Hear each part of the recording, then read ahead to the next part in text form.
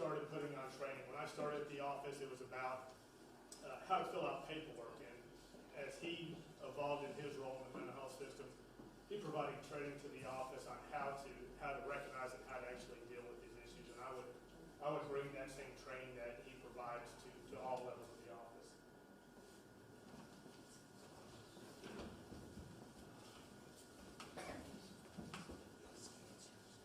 I am hopeful that things have been changing. When I first came on, it was not uncommon to say we have a mental app, such and such location. We have a mental app. Well, that's when the stigma begins. Stigma that's going to be contradictory to their development, to being able to heal, be able to work in society. I have heard the same horror stories as Mr. Fitzpatrick. I want to, at this time, praise the deputies that have come forward to me.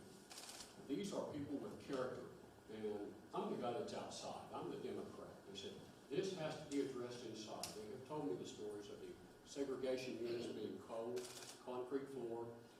If they need to strip a female prisoner, if one of the female deputies is present, it's a male and a female stripped her.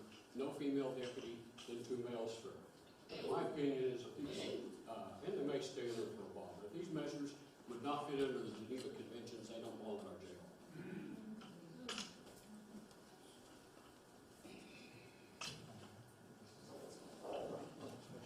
I've been waiting for this whole day. You're next. Right on. What idea do you have for diverting people with mental illness from the jail?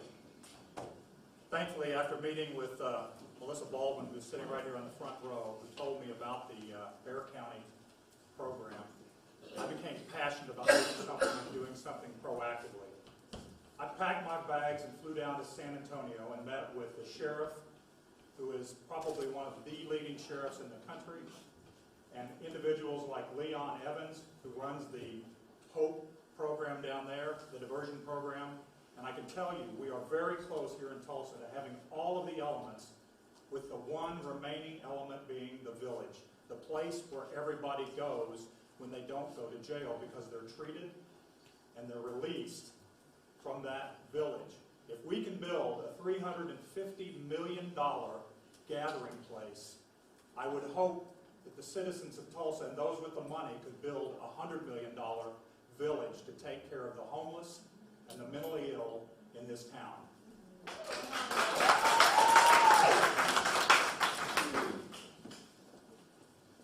It's not really fair that we only have a minute to answer this question. It's, in my opinion, one of the best questions that was posed to us. Tulsa County has the infrastructure in place to do diversion programs. We have a mental health court already in place. We need to educate our citizenry on how to use it, to help the families get their loved ones the help they need before they come in contact with law enforcement. We have a drug court already in place. That's diverting people. I already talked about it. 671 graduates tracked over 3 years, put $2 million back in the coffers of the Oklahoma Tax Commission. They also saved $35 million in incarceration fees.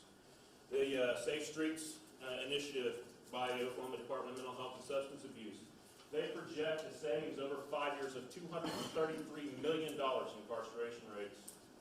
$133 million a year after that. A reduction in prison population of 11,200 people. We need to get behind these programs. And by the way, that initiative cost $100 million, they're projecting, a little under $100 million.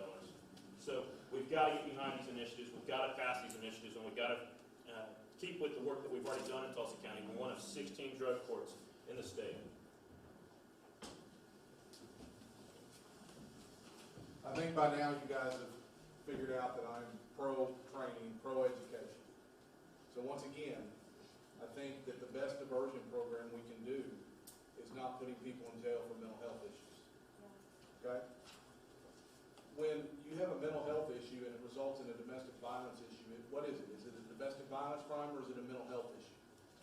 I think that that is the best way that we can reach and better serve our mental health patients and our family members is by teaching and training and educating the fact that because someone isn't having a mental health episode doesn't mean they need to go to jail.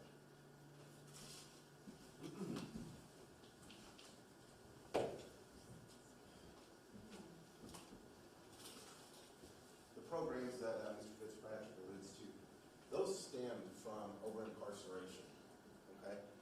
over incarceration involving women, or substance abuse, and mental health issues, and sometimes a combination of all three. Again, instead of spending money, and we're at a point now where we need to decide, are we going to spend billions and millions of dollars on prisons, bigger prisons? No. We've been there, we've done that, and we're in a budget crisis as a result. We need to start thinking about new avenues, and these are the avenues.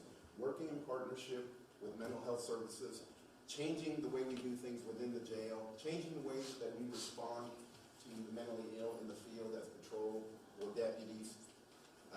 We need to start focusing and funneling our money towards these type of programs as opposed to the alternative, which we have been doing, and that's building additional prisons. The reform I mentioned earlier, the second part of that is the loss of the money that goes into the incarceration of a felony suspect. So I'll give you the example. The example is a nonviolent criminal is not booked for those same things. We allow that money then, the second part is to go into two things: mental illness training, as well as the other one, which is substance abuse training and treatment. And believe it or not, and everybody in this room knows it, those two are co-joined a lot of times. 1 in 4 and 1 in 5 are the ratios. So those are things that we need to begin to attack and look at. It's not just a sheriff's issue, it's a community issue. It's a family-related issue. You get the law enforcement leaders and their community behind them. You get the civic leaders. You get the families. You get these organizations that believe in it. And we head on down to the Capitol. We get the governor involved, and we take the funding that they're going to use for over-incarceration in the Department of Corrections, and we begin to use it in a proactive or a very aggressive manner to help part of our society that has mental illness. It's important. I learned that 4 times doing that. We currently, at the Sheriff's Office, we have a diversion program at the jail. Judge Kristen Pace was fabulous with the mental health issues in Tulsa County. Her public defender's office and the district attorney's office and the deputies at the Tulsa County Sheriff's Office and the mental health courts put this into place. It was slow starting up. It was averaging about 5 a month. I believe in 2015, I hate to hit you all with facts, was 120 went through it. What we need to do, and as sheriff, what I would do, is continue on that program. This is a fabulous program that they all put together. It's working. It's doing great to save us money, and it's helping the patients. In the jail, when you throw somebody with mental illness into a general population, they prey on them. Other inmates will prey on those victims. Okay? It's the new pods coming up, and with the diversion program, adding more deputies to the mental health deputies division will be a big, big savings to us, a help to the patients, and safety to our community.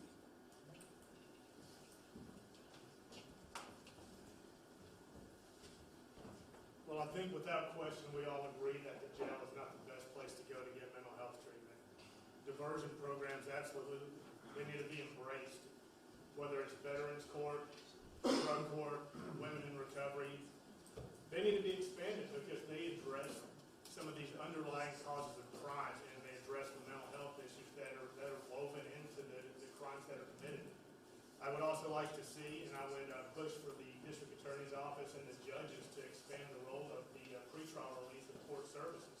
It's a program that exists already, and I think that for certain crimes that people should be allowed pretrial release if they agree to seeking treatment outside once they're released, and then there would be oversight by court services.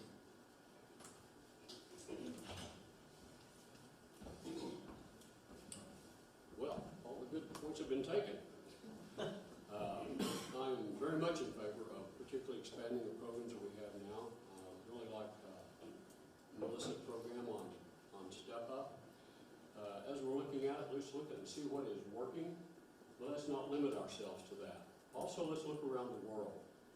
Think locally, think globally, act locally. Sweden has put some interesting programs in position where they've not had any kind of an increase in crime, but they've managed to start shutting prisons down and turning that money back into the public coffers. We need to make